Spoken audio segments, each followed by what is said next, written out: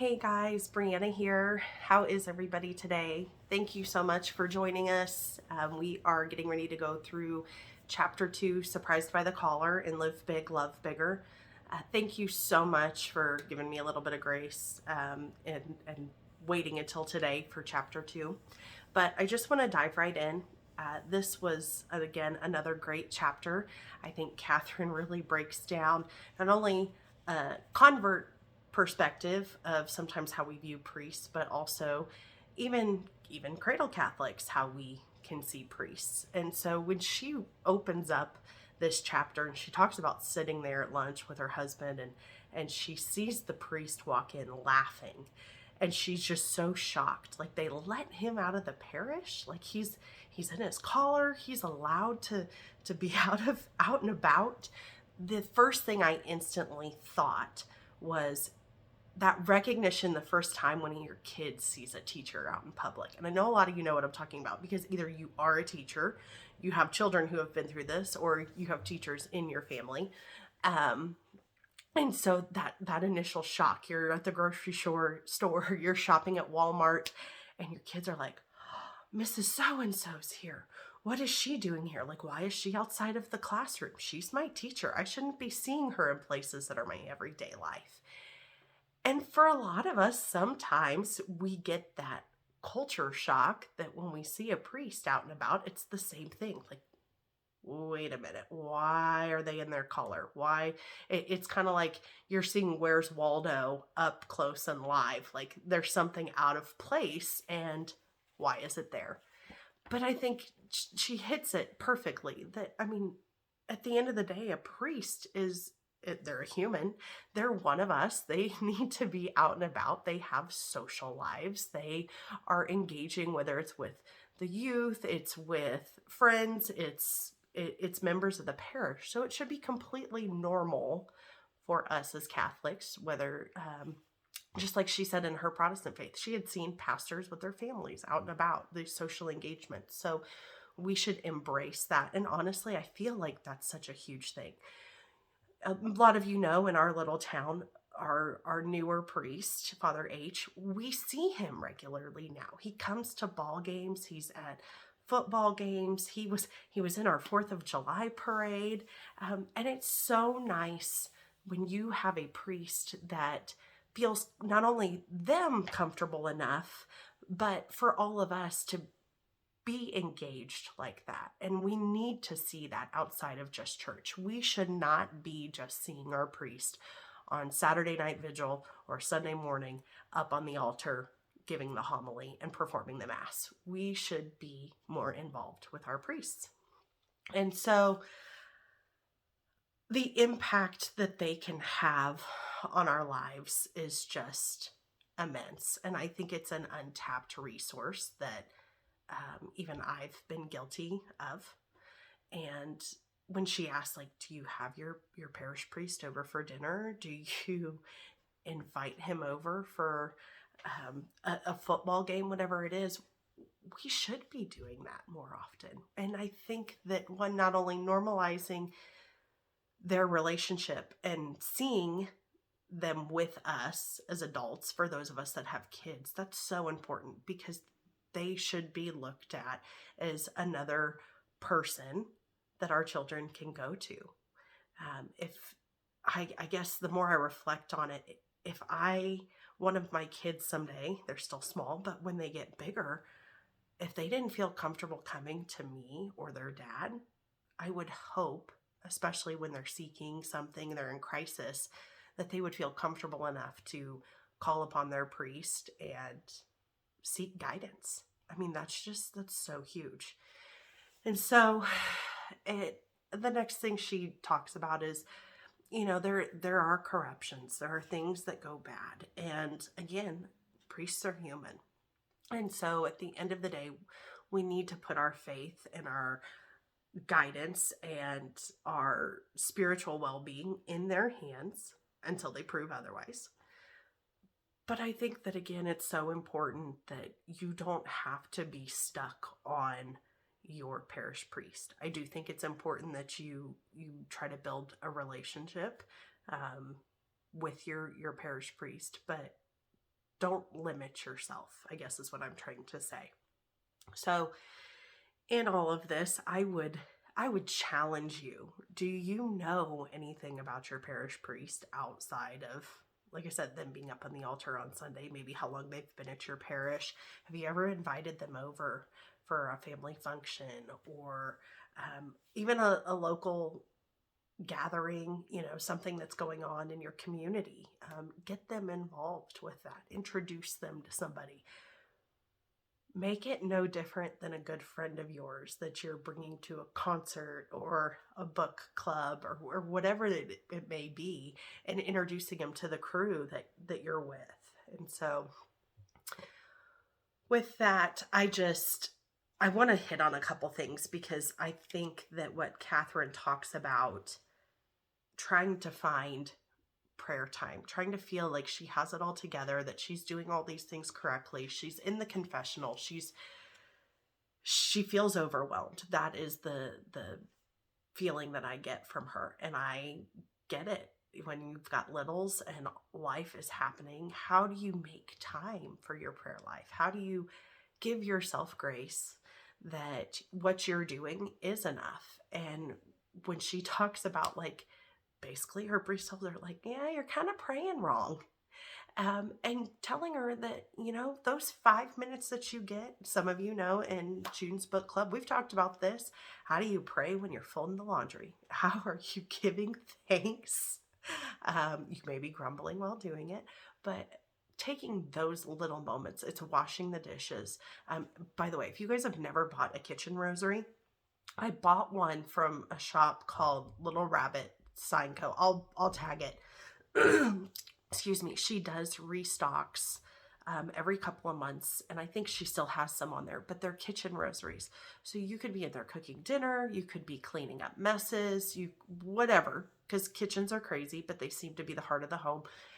And you just go on ahead and you slide the beads when you can. So it may take you 3 days to say that rosary, but the point is that you're getting those pieces in where you can. So it's not so much about the quantity, but it's about the quality.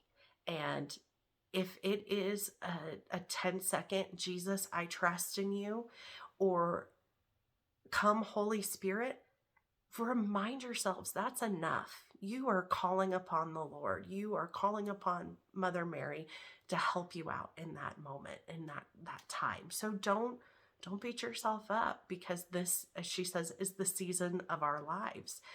God knows that that's what we're in. And I love this quote. I had been waiting for a block of designated quiet time instead of fully embracing Jesus in the chaos. Laundry in our house is pretty chaotic. I mean, I know some of you have more than 3 children, but my husband, I feel like, is 3 children all in his own. So, give yourself that grace and remind yourself that those things are okay. And when you get those quiet moments, or it is those whispers from your heart in the middle of the chaos, God knows. He knows. Don't shortchange yourself, because he is there. He is in the mess with you. He's in the thick of it. Another thing I had highlighted, when she's talking about this priest, that they have this relationship with when Luke is in the NICU, and he's there, they've got all this time, they've got all these surgeries, and he continues to show up, and he's hearing their confessions, and he's giving them Holy Communion. And she says, I felt the instantaneous shift in who I was and who God desired for me to be. It didn't mean that God didn't tick me off later, because that happens, or that I became eternally pious. But God gave me new eyes, new ears, and a new heart, all at the hands and words of a priest. The world had never looked the same since. And what she's saying there is, in all of that, she not only had to rely on God, she had to put her faith in him in one of the most difficult, burdensome times of her life.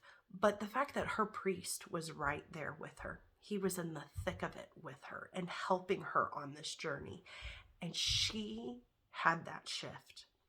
And I will say, from personal experience, I feel like that's the journey that I'm on right now. And it's one of those things that we can choose to lean into or we can ignore.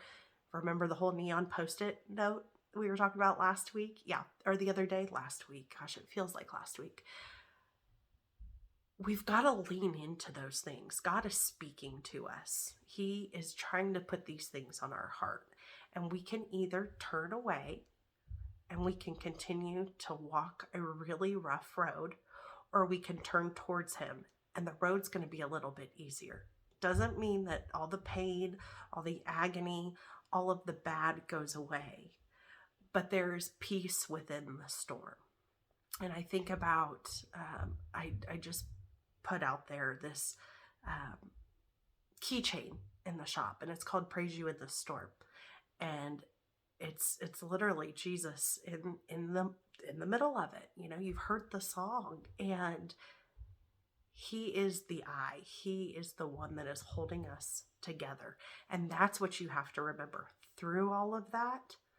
How you come out of that, He is there holding your hand. He is guiding you. So not to say that those steps aren't going to be magically easy, that they are all of a sudden everything is just rosy. No, but you have the most important person next to you, walking it with you side by side. And when we talk about really reflecting on Jesus died on the cross for us, the ultimate sacrifice, all of these hard things that we go through, He did it for us. He did the hardest thing there could ever be. He did it. And Mary was right there. She was at His feet. She was the mom in agony. She understands our pain better than anybody. She lived it.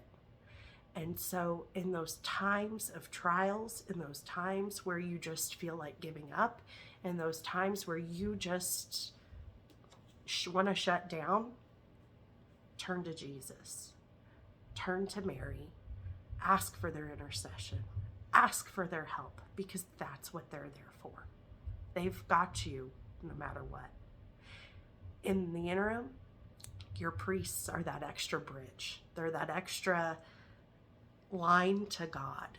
And so again, don't shut them out. Get to know your priest outside of the altar on the weekends or daily mass, because they're there, and honestly they need us. They need their flock more than just we're coming to confession, we're showing up in church, because they need that sense of community. They need that fellowship. They need that engagement. So don't forget your priest. So what I'm going to challenge everybody, it's not going to happen this week, but in the coming month, two, a little bit longer, I want you to find a way to reach out to your parish priest. Maybe it's that you just get involved in a ministry that directly involves them. Maybe it is you invite them over for dinner, a ball game. I don't care. Find a way to reach out to your priest and take some opportunity to get to know them and to grow that relationship outside of the Sunday check mark. So, can you ladies do that? I think we can. We got it. We got it. So to wrap things up here, some of these reflection questions I want you to think about. Again, I'm going to post them on the comments. Feel free to give your input if you feel comfortable on any or all of them. If you, again, want to message me privately, you want to have a discussion, I'm completely, I'll love that. So the first one is, what is your relationship like with your pastor? Has he surprised you lately? In chapter 2, Kathryn reflects on the good and the bad of how pastors have influenced her prayer life. How do you support your pastor in his leadership of the church? What are